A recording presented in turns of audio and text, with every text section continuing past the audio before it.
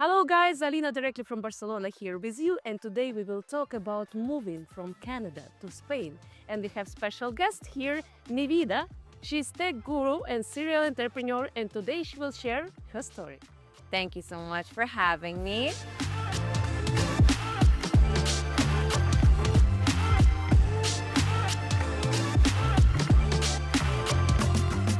Hey Nivida, it's amazing to see you. Thank you for coming. Thanks for inviting me. Yay! And please let's start from the beginning. Like Right. you are in Canada, Yeah. and in which city you live? Toronto, Okay, Toronto. So you're in Toronto, and where is the moment when you like, okay, no Toronto anymore, yes to Barcelona? Okay, I've been an expat for about 7 years. So my first move abroad was actually in Bangkok, Thailand. From there, I went to Singapore. Then I lived in Madrid, Spain in 2017. From there, I went to Buenos Aires. And then I went back to Toronto. Oh, a lot of moves. Yeah, the year before the pandemic. So that was in 2019. And I was married at the time to someone who was European slash South American. And we were living in Toronto, and it was kind of a difficult lifestyle to adjust to. I think when you're coming from Europe to Toronto, I also felt the growing pains of living in North America again after living abroad in Europe and South Asia. There was something inside of me that says, you know what, I still need room to grow. There was something that just did not connect. So I said, you know what, let's move back to Spain. And I chose Barcelona because I heard it was a tech hub and I heard so many wonderful things. So that's how I ended up here. How you prepare yourself for all these relocation processes? Because we know that it's kind of pain in the ass. Yeah. And for example, all the visas question. Yeah. So how you were managing? Okay, when I live abroad, one of the first things I do is I get a short-term rental. So before visas or anything like that, I actually look into the city, what areas I want to live in, and then I go get myself a short-term rental. So when I moved to Barcelona, I didn't use Airbnb because it was way too expensive. I found something called Spot a Home, which allowed me, Spot a Home, which was great because it allows you to stay short term, 1 month, 2 month, 3 month, and really test different neighborhoods to see whether or not you liked it. Visa wise, I got myself into a lot of problems. I'm not gonna lie, because I did move here without preparing all of my visa work, and it was right before the pandemic. So the borders were going to close within a week and I didn't have any of my paperwork. And so there I was trying to get all of my marriage license, all the necessary visa work that you need from Canada, shipped over to Barcelona. So here's my first piece of advice. Don't do what I did. Start documents, because it's not even, they give you a 3 month timeline to get the necessary documents into the government in Barcelona.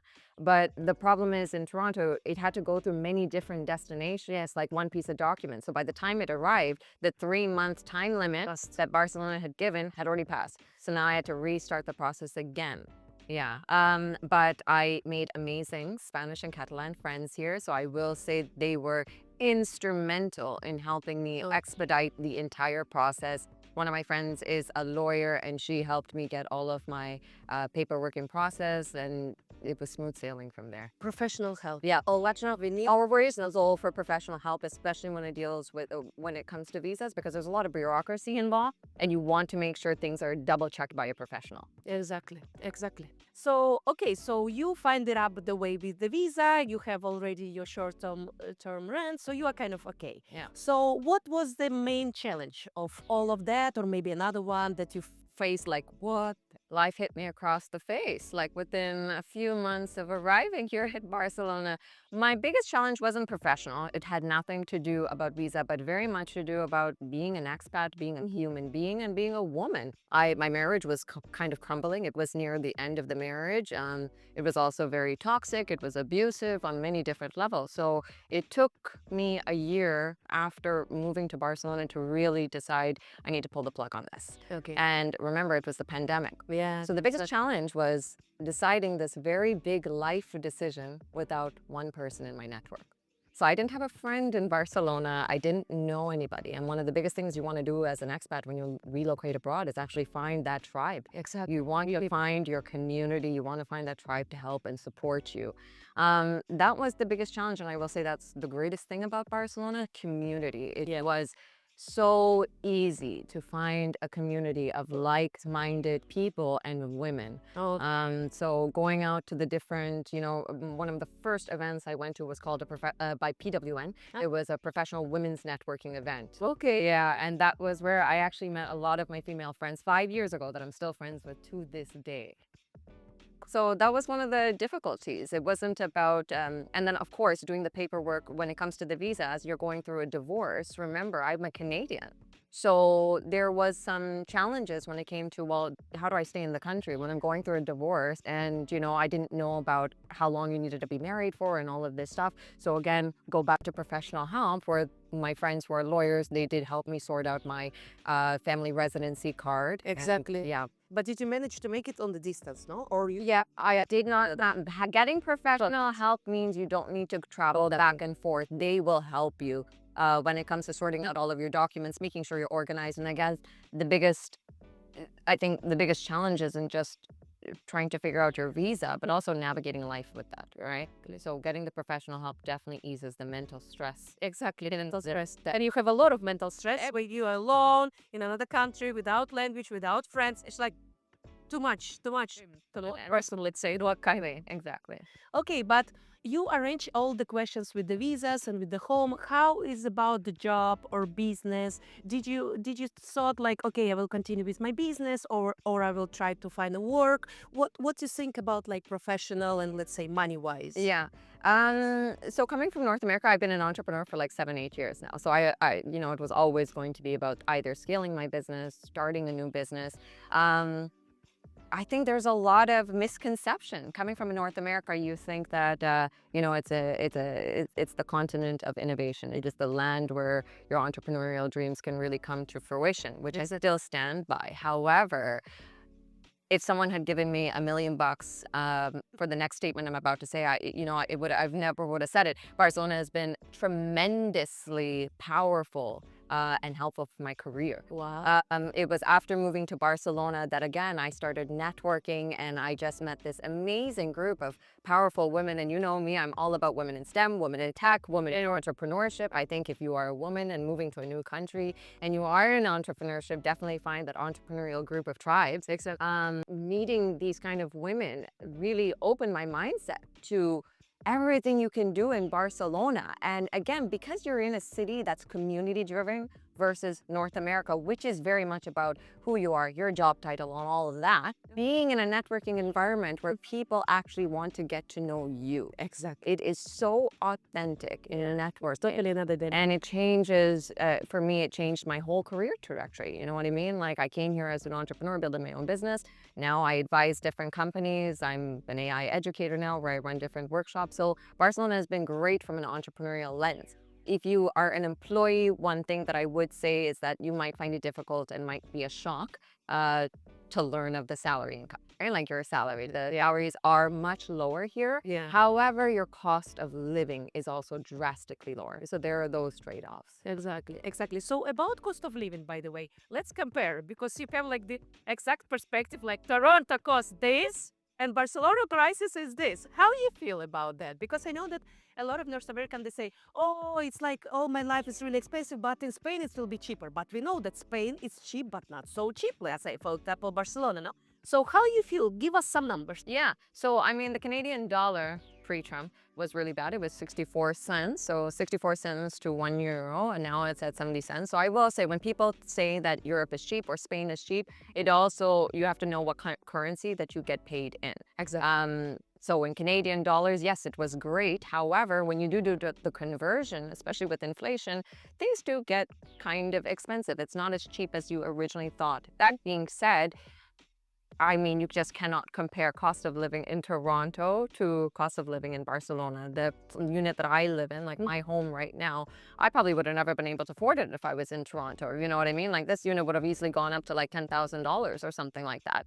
But in Barcelona, it's very, easy on your wallet.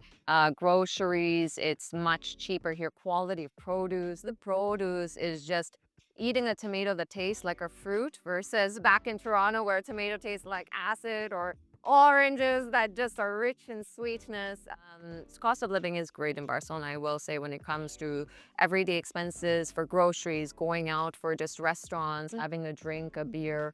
Yeah. Let's compare like some price, for example, that let's say, I don't know, like utility or flat or some, I don't know, dinner, like Yeah. how you feel the difference. Okay, so dinner here, so much cheaper. So in Toronto, if I'm going out for dinner and I'm getting a dinner, let's say 2 glasses of drinks, I think that would easily cost me between 60 to 80 Canadian dollars. Here, I mean, you can go out and you can spend anywhere between €5 to €20 to 40 to it's so flexible. Exactly. Price of a gin and tonic. I'm a gin girl. So in Toronto, my gin and tonic is costing me 20 Canadian dollars plus tax and tip. Right. Yeah. Here, you can go anywhere and grab a great glass of gin for about €80. Exactly. Yeah. Tapas culture also makes it great and easy on your wallet, where each dish is anywhere between €2 to €7, €8. And you share it and you're bearing electricity. I think that kind of equals out in Toronto. If I remember Toronto, well, this was 7 years ago, so I'm not sure anymore, but Toronto I was paying around 200 Canadian. Here I pay around, and it's a little bit more for electricity. I'd pay €200. Okay. So there's a little bit more in terms of electricity. Right. And taxes? Yeah, taxes. Like when we are talking with entrepreneurs, I know that the tax, yeah.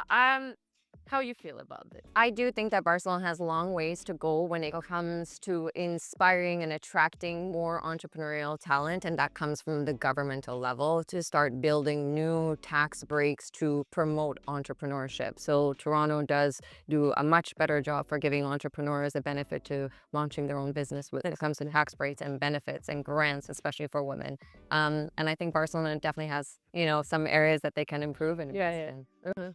Yeah, because I feel like actually a couple of days ago I was talking to one girl from Vancouver, and she said like, no, kind of in Toronto we pay like 11%, and like in Barcelona I will pay like 25% or 15%. Yeah. Like a digital nomad. Yeah, because she was thinking of like that. But again, I think that's it's a really important question, actually an important point that you brought up. There is such a difference when it comes to being a digital nomad, being a solopreneur, being a service-based entrepreneur, how you structure your business, and also the income bracket that you're in, right? If you are making, I believe in Barcelona, if you're making less than 90,000 and you compare that to Toronto, I think you get a much better tax break here. Yeah. But if you are making above 90,000, you get a much better tax break over in Canada. Exactly. So there's a lot of questions that come into play when it comes to comparing Europe and Toronto. Exactly. It's about the business and also the income bracket. Exactly, yeah. So I always said that it's always better to start with the tax computation to talk properly about your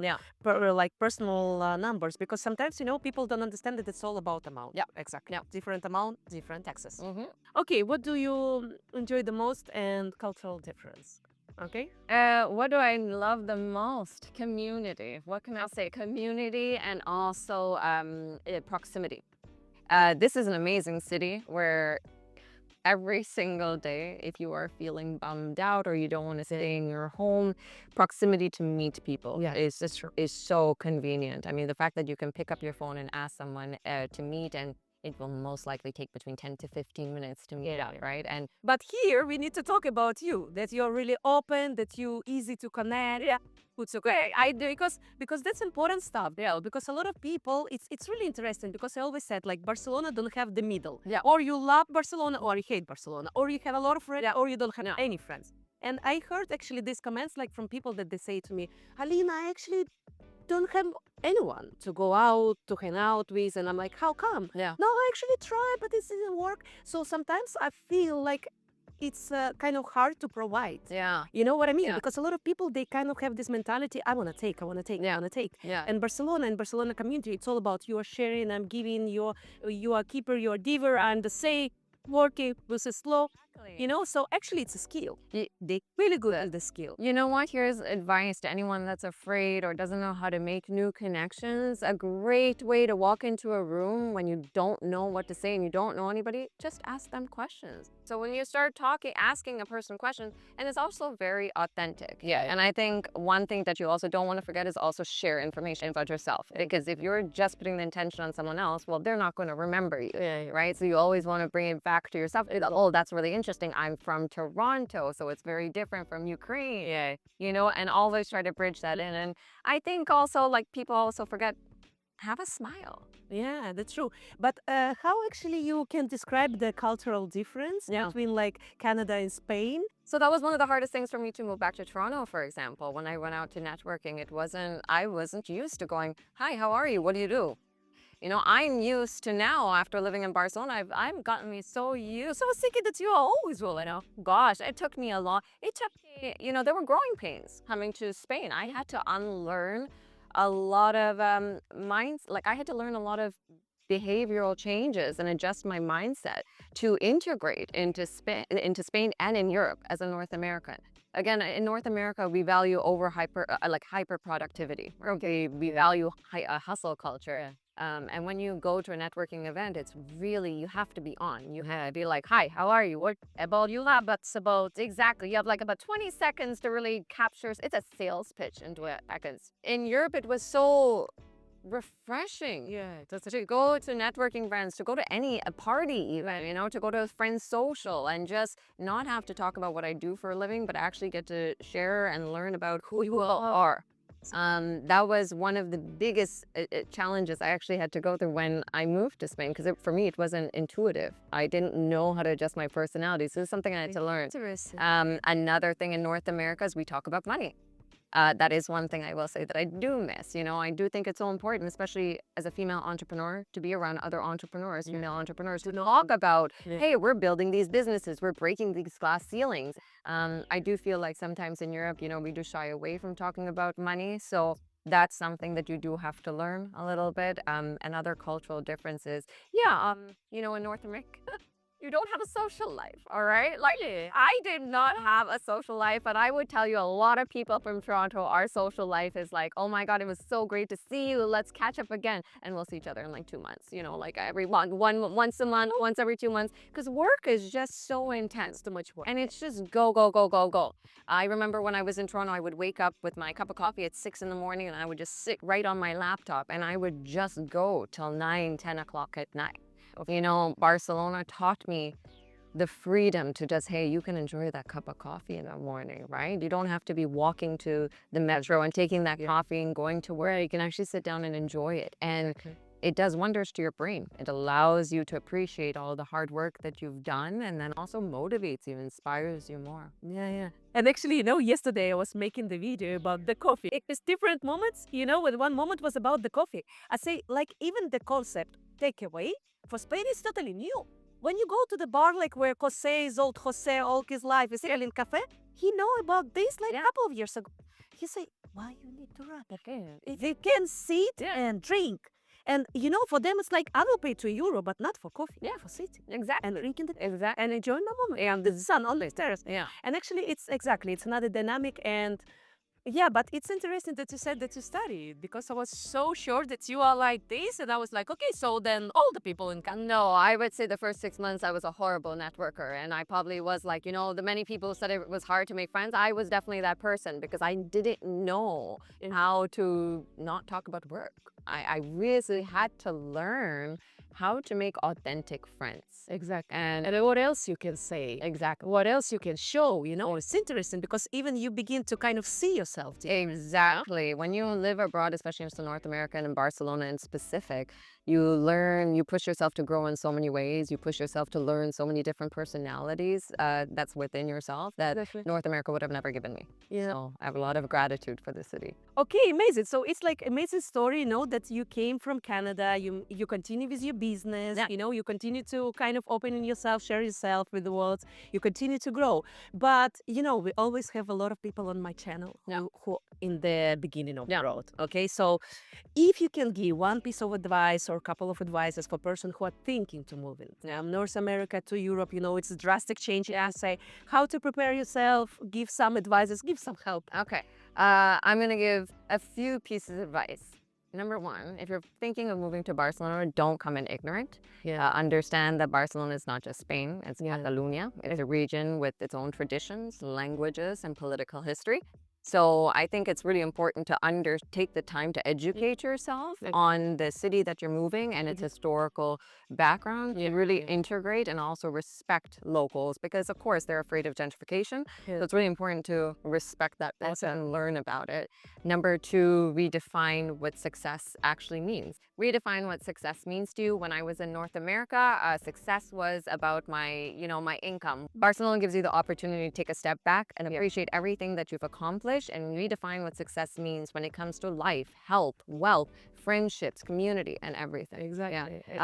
Number three, let go of escapism. So a lot of people come to Barcelona thinking that this is the dream world, that it's going to, Barcelona is not the city that's going to solve your problems, and there's still, every city has its trade-offs. So come here with an open mindset and still do the inner work. The city does not solve your problem. Exactly. Something else that I learned about Barcelona, commit to sustainability. I was not a person who I was not a sustainable individual once upon a time. And Barcelona really made me appreciate the greenery. It made me really appreciate our environment and our responsibility to take care of it. So that's one more thing. And the last thing, find your tribe.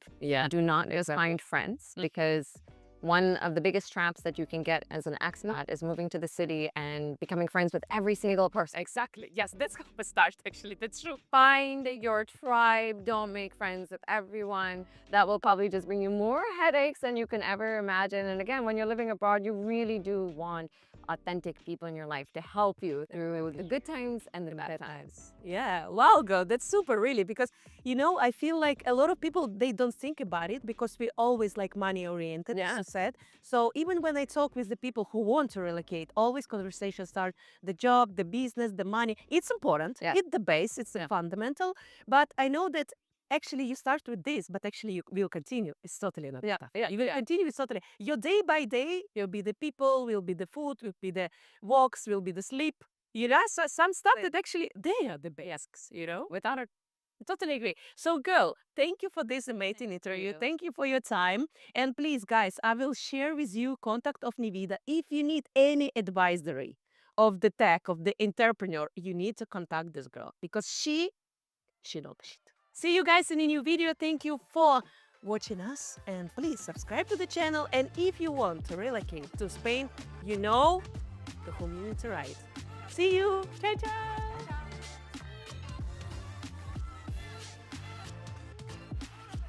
Only till 31st of December we have special promo and you can order all our services with the special discount. So imagine, if you need to obtain residency, or you need to open bank account, or you need to enroll your kids to the school, or you need to find your dream home, you can contact us and we will deal with everything. Imagine, fast and really reliable service only for you, only in one place. So we can obtain residency for all your family, we can enroll your kids to the school, we can make your insurance, we can actually deal with everything. You only contact us, you only pay once, and we do all your Spanish dreams come true. So please contact us today.